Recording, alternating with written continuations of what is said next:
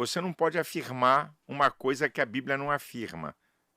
O debate é antigo, mas continua incendiando os comentários nas redes. Existe ou não existe pastora? Nesse trecho polêmico, Silas Malafaia rebate os críticos com argumentos bíblicos, históricos e um exemplo de arrepiar. Se você acha que já viu de tudo sobre o papel da mulher na igreja, prepare-se. Esse corte vai virar sua cabeça e desafiar o que você sempre ouviu nos púlpitos. Afinal, quem está realmente desobedecendo a Bíblia? E é exatamente aqui no Pode Crer que Silas Malafaia solta o verbo e desmonta os argumentos de quem insiste em calar a voz feminina no altar. Olha só! Pastor, a gente recebe muitas pastoras aqui, né? A gente até recebeu bem recentemente a pastora Antonieta, que foi a primeira mulher ordenada pastora pela ADVEC. Só da ADVEC a gente já recebeu, acho que a pastora Elisete, Eitila, Josiane, Raquel Lima. E sempre nos comentários tem, não existe pastora. Eu queria que você falasse sobre isso. Deixa eu dizer, você dizer que não existe pastora, você não pode afirmar uma coisa que a Bíblia não afirma, certo? A Bíblia não tem essa afirmação.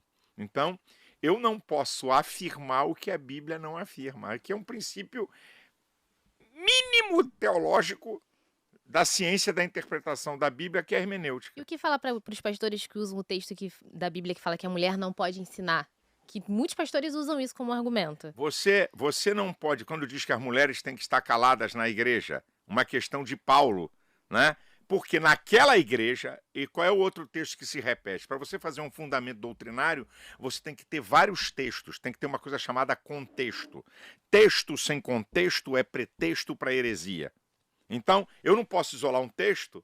Por exemplo, também lá tem dizendo que não é honroso para o homem usar cabelo crescido. Qual é o contexto? Tem outro texto? Não tem. Então, Paulo está falando de algo exclusivo e peculiar daquela igreja. Porque para ser doutrina para a igreja tem que ter contexto. Tem que ter vários textos. O mesmo se aplica ao livro de Levíticos, por exemplo? Aí o Antigo Testamento, você só pode aplicar o Antigo Testamento naquilo que é repetido no Novo. Então, você não pode escolher. Estou dizendo, quando você tem as cartas do apóstolo Paulo, ou a Bíblia no Novo Testamento, para você ter algo que você diga assim, isso aqui é para a igreja, você tem que ter vários textos. Isso aqui é para a igreja, tem que ter vários textos. Se não tiver, não é uma doutrina. Paulo está tratando de uma situação local, geográfica, temporal, daquele. Por algum acaso, a mulher, né? Aí é desonroso para a mulher ter a cabeça rapada. Tá bom. Então, a mulher que o cabelo não cresce, como é que fica? O meu, gente. Não passa disso. E tem outras que é muito menor do que o seu. Então, e aí? Então elas estão o quê? Desonrando a Deus? O que havia naquela época, naquela cidade, que a mulher andava com a cabeça rapada, que era prostituta? Então, você tem que ver o contexto. Onde Jesus falou sobre isso? Tem mais alguém que falou? Tem mais algum texto? Então a gente não pode fazer uma doutrina a partir de uma palavra. Então você dizer assim, a Bíblia não fala para consagrar pastores. Então me diz onde é que está o texto que é contra. Acabou a história aí. Está encerrada a história aqui. Se eu tivesse assim, as mulheres não podem ser ministros do Evangelho. Acabou. Nenhuma mulher pode ser consagrada a nada. Nenhuma mulher. Eu acredito que aí tem a minha inteligência. Ok? Eu acredito que a mulher tem um papel fantástico na igreja. Fundamental na igreja. A mulher tem um papel na igreja. Certo? Ela tem o seu papel na igreja. Ela tem a sua vocação. Ela tem o seu ministério. E que algumas eu não vou reconhecer, eu conheço, por exemplo, vocês falaram da pastora Antonieta. Então, vamos lá. A pastora Antonieta começou um trabalho na casa dela, depois sozinha comprou um terreno, foi falar com o meu sogro mandou ela se virar, ela construiu a igreja. Essa mulher não é pastora? Então o que é que ela é? Essa mulher não é pastora. O que é que ela é? Ela foi pastora sem ter título. Porque na Assembleia de Deus não podia ser. Quando eu passei a ser o pastor, que eu fiz uma ruptura com convenção de pastores, eu consagrei a Antonieta a pastora. Ela já tinha 30 anos como pastora. Sim. Apacentando, orientando, cuidando. Então como é que ela não é pastora? Aconselhando. Agora, eu vou... Aqui, ó. Não, ela é pastora porque é a esposa do pastor. Tá errado. Tá errado. Eu tenho várias esposas de pastores da igreja que eu sou pastor, que eu não sou pastora. Tem Até uma. porque a esposa do médico não é médico. Ah, é isso aí. Muitas esposas de pastores são, mas nem todas são.